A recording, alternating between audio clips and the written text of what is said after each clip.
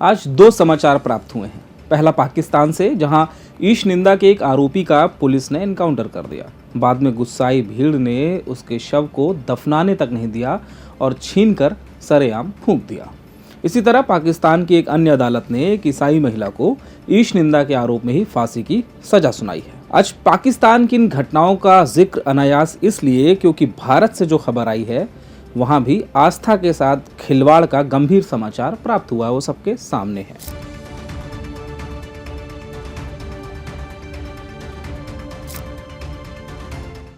लेकिन चूंकि इस बार आस्था बहुसंख्यक हिंदुओं की आहत हुई है, तो पूरी बिरादरी, सेक्युलर, कम्युनल, राइट, लेफ्ट सब शांत हैं।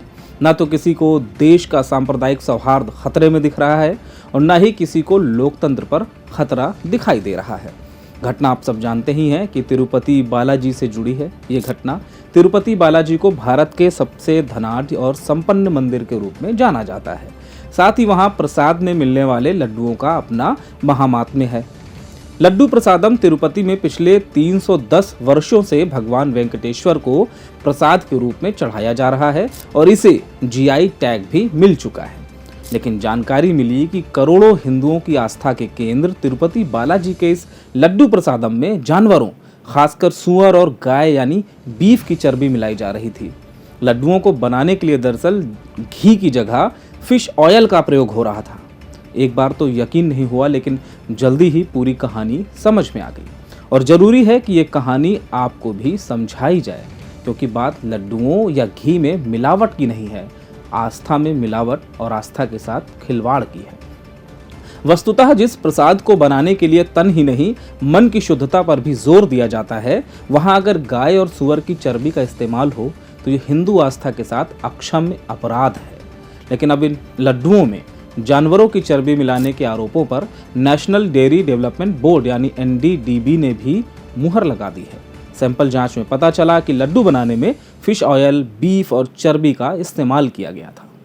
इससे पहले आंध्र प्रदेश के मुख्यमंत्री चंद्रबाबू नायडू ने आरोप लगाया था कि पिछली जगन मोहन रेड्डी सरकार के कार्यकाल में लड्डू प्रसादम तैयार करने के लिए घी की जगह जानवरों की चर्बी का इस्तेमाल किया गया।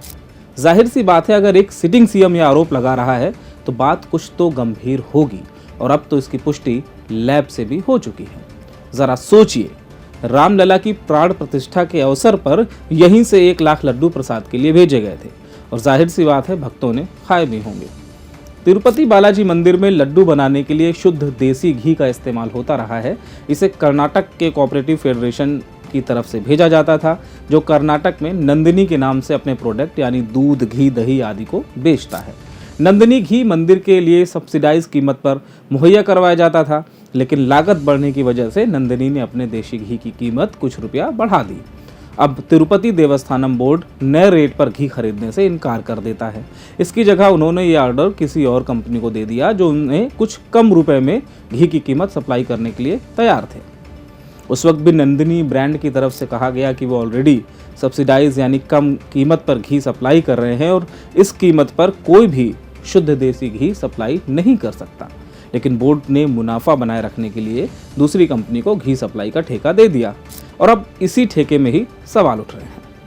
लेकिन सवाल ये है कि क्या देवस्थानम बोर्ड इतना गरीब है कि वो शुद्ध घी खरीदने के लिए ज़्यादा पैसे नहीं खर्च कर सकता था, जबकि यहाँ पूरा जोर ही शुद्धता पर होता है।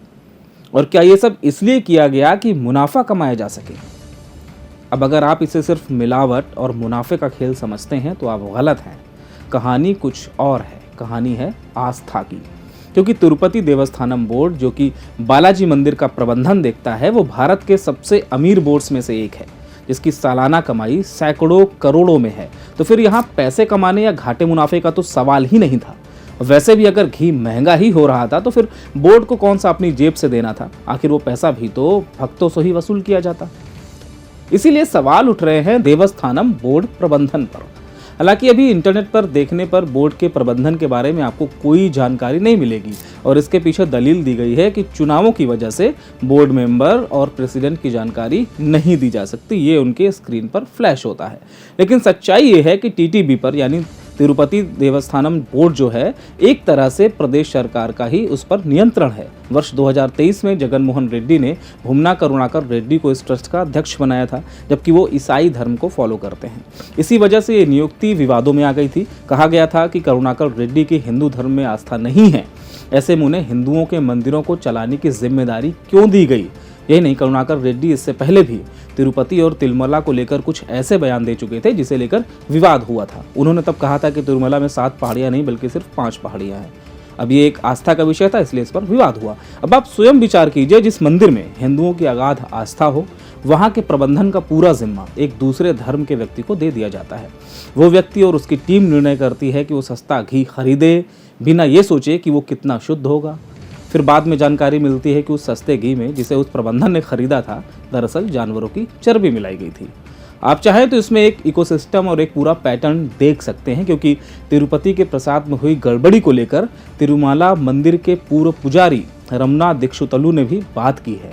उन्होंने समाचार एजेंसी ANI से बातचीत में कहा कि प्रसाद बनाने के लिए इस्तेमाल किए जाने वाले गाय के घी में बहुत सारी अशुद्धियाँ थीं और वे घटिया क्वालिटी का था।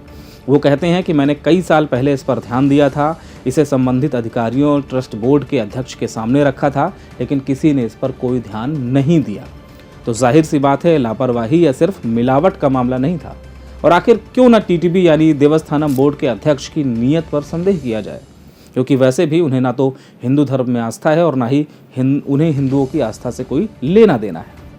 दूसरा बड़ा और महत्वपूर्ण प्रश्न ये भी है कि आखिर इस बोर्ड का अध्यक्ष बनने के लिए जगन मोहन रेड्डी को कोई ईसाई ही क्यों मिला था?